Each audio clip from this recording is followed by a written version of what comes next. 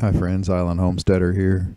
This following video was actually recorded the Wednesday and Thursday following Hurricane Matthew, and I just hadn't had time to get it edited and posted. Been busy cleaning up, helping other people clean up, and then had my in-laws actually visiting for a week following that, and just hadn't gotten back to normal. We're starting to get back to normal now, and I finally had some time just to sit down and edit and get this thing posted. So I appreciate you guys watching. No excuses, just what happened. So I hope you enjoy the video, and if you have any questions or comments, just let me know. Thanks, guys. Hey guys, Island Homesteader here. Well, if you're wondering where I've been and why I haven't put a video up in a week or so, let me show you.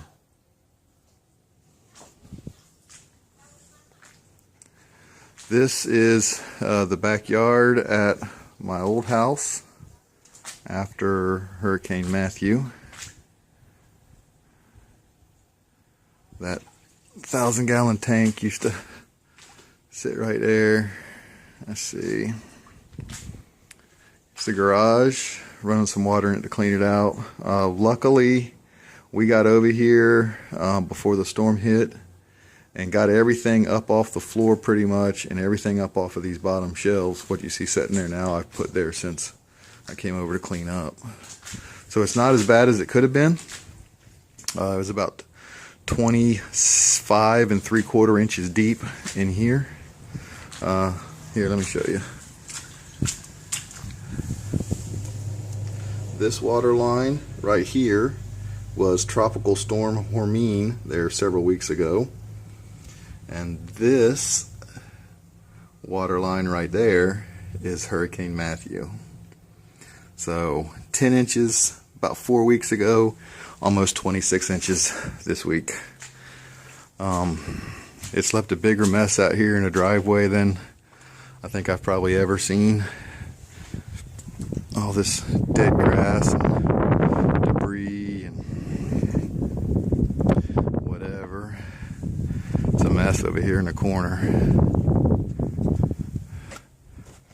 Sheets of plywood, lumber, tree branches, firewood, all kinds of stuff. That stuff right there is probably a foot deep. It's a mess. It's a mess, and it's like that all the way around.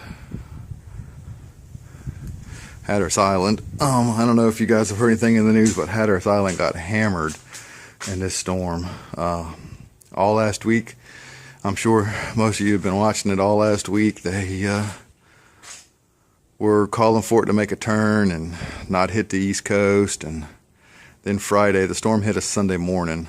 Well, it started Saturday night, but Friday, sometime during the day, Friday, they started to say, it's going to come a lot closer than we thought originally, and you're going to see a little bit more water than you saw with Hermine. And so that's when we went ahead and started picking stuff up and moving stuff. And about 5 o'clock Sunday morning, it's almost positive that a bit of an eye came up. Hey, sorry guys, my phone cut off over at the other place while I was recording. Not even sure where I left off over there. That was yesterday.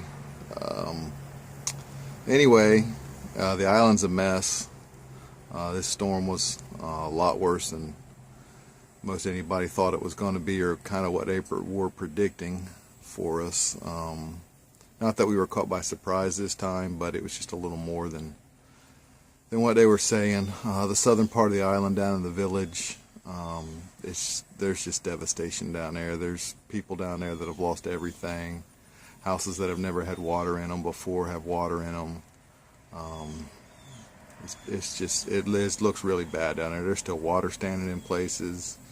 You know, people are having to completely tear their houses, just gutting their houses, pulling up floors and cutting drywall, pulling insulation, carpet. It's a real mess down there. Frisco here where I live, there was a lot of water.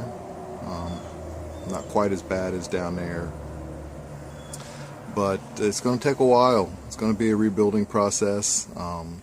They opened up about half the island today to visitors. the northern half. You can get down into Rodanthe, Waves, Salvo, Avon, and most of Buxton. You just can't get into Frisco and Hatteras unless you're a resident or a non-resident property owner or an essential employee of a business down there. So that's life right now. A lot of rebuilding. This island's a pretty unique place. After a situation like that, community pulls together and really helps each other out. And there's a lot of that going on down there. I think Red Cross is here, Salvation Army's here. The problem is there's a lot of devastation inland of us too.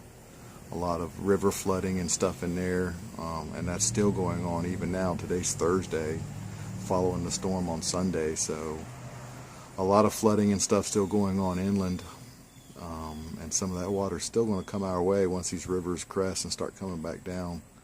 Some of that water will come into the sound. We're liable to have some minor sound side flooding here this weekend, they're calling. So over at the other place, I'll include some pictures that I took. I got over there the afternoon of the storm. I'll include some pictures. So here's the water line on a cabinet in a garage, 25 3/4 inches. Damage to the pool deck. It flooded in the last tropical storm too, but it was a lot worse this time. Damaged the deck pretty significantly. The ropes holding this propane tank up are like 5 years old, and they still managed to hold it. Back garage door with my daughter standing beside it. That's an obvious water line there, and that water was 27 inches deep at that door. Bees got flooded out again. I'll show that.